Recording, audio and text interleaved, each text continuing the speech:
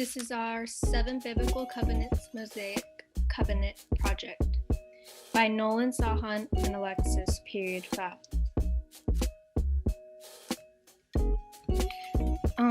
Parts of the Bible that feature/reference the Mosaic Covenant: Exodus chapter 19, verses 5 through 6, Deuteronomy chapter 11, verses 1 through 32, and Deuteronomy chapter 28, verses 1 through 2. Exodus chapter 19, verse 5 through 6. Now, if you obey me fully and keep my covenant, then out of all the nations you will be my treasured possession.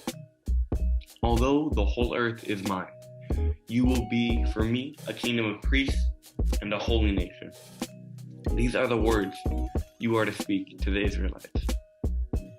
So right here, in these two verses, it's God talking about the covenant.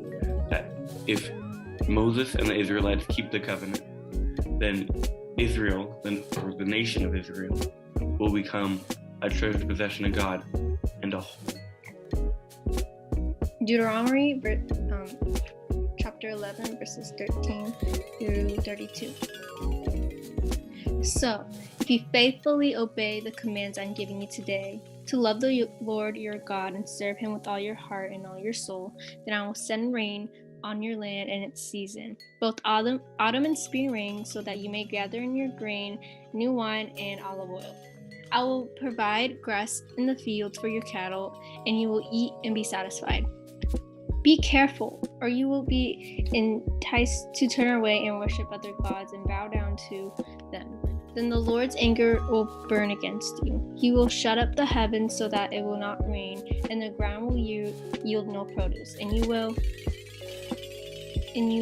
will soon perish from the good land the Lord is giving you. Fix these words of mine in your hearts and minds, tie them as symbols on your hands, and bind them on your foreheads. Teach them to your children, talking about them when you sit at home and when you're walking along the road, when you lie down and when you get up.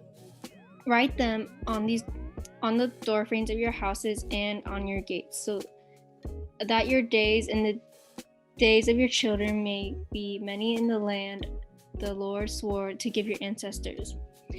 As many as the days in the heavens are above the earth, if you carefully observe all these commands I'm giving you to follow, to love the Lord your God and walk in obedience to him and hold fast to him, then the Lord will drive out all these nations before you, and you will dispossess nations larger and stronger than you. Every place where you set foot will be yours. Your territory will extend from the desert to Lebanon, and from the Euphrates River to the Mediterranean Sea. No one will be able to stand against you. The Lord your God, as he promised you, will put in terror and fear of you on the whole land wherever you go. See, I am setting before you today a blessing and a curse. The blessing is if you obey the commands of the Lord that I'm giving you today. The curse if you disobey the commands of the Lord your God and turn away from the way I command you today by following other gods which you have not shown. When the Lord your God has brought you into the land you are entering to process, you are to proclaim on the Mount Gerizim and blessings, and on the Mount Ebal the curses. As you know, these mountains are across the Jordan, westward toward the setting sun, near the great trees of Moreh. In the territory of those Canaanites living in Arabah, in the vicinity of Gilgal, you are about to cross Jordan to take possession of the land the Lord your God is giving you. When you have taken it over and are living there, be sure that you obey the decrees and the laws I'm setting before you today. Deuteronomy chapter 28, verse 1 and 2.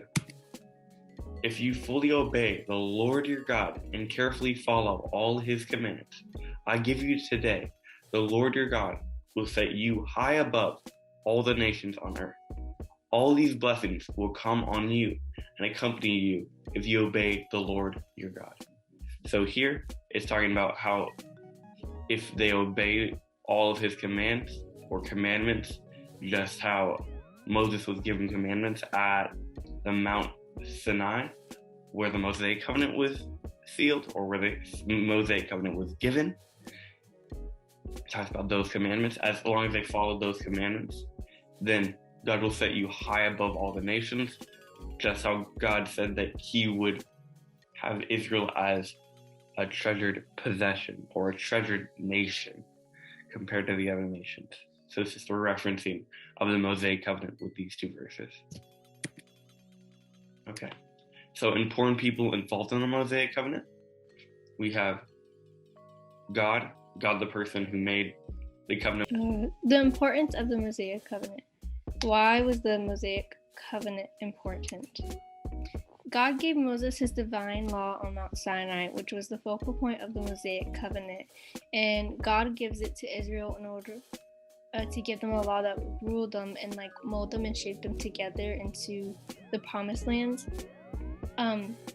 Israel would be fortunate if they heed God's voice and uphold his covenant, because according to God's promise to God's promise to Moses is critical because it takes and it brings Israel's peoples closer and closer to achieving God's covenant made in the Abrahamic covenant, and it carries God's goal all over the lands in order to bless everyone. And it's also significant because the 10 Commandments were given by God and were intended to rule and mold the people of Israel in the promised lands. Is the Mosaic Covenant still in effect? No, the Mosaic Covenant is no longer in effect because it was replaced by a new covenant from when Christ said in Luke chapter 22, verse 20, replacing the Mosaic law is the law of Christ, which, however, holds definite similarities with the Mosaic law in moral concerns, but is new and different, replacing the original law. Most Christians believe that only parts dealing with the moral law, as opposed to the ceremonial law, are still applicable, but others believe that none apply. And some dual covenant theologians believe that the Old Covenant remains valid only for Jewish people, and a minority have the view that all parts still apply to the believers of Jesus and in the New Covenant. This view holds that Mosaic laws and the penalties attached to them were limited to the particular historical and theological setting of the Old Testament. In that view, the law was given to Israel and does not apply since the age of the New Covenant. Despite this distinction, theologians still continue to search Mosaic law for moral and religious concepts that may be applied today. Credits. So I'm the speaker. I also did a little help on the slides. Sahan is an editor who he is going to make this edit incredible, and also did a little help on the slides. And Alexys is also a speaker who also did help on the slides.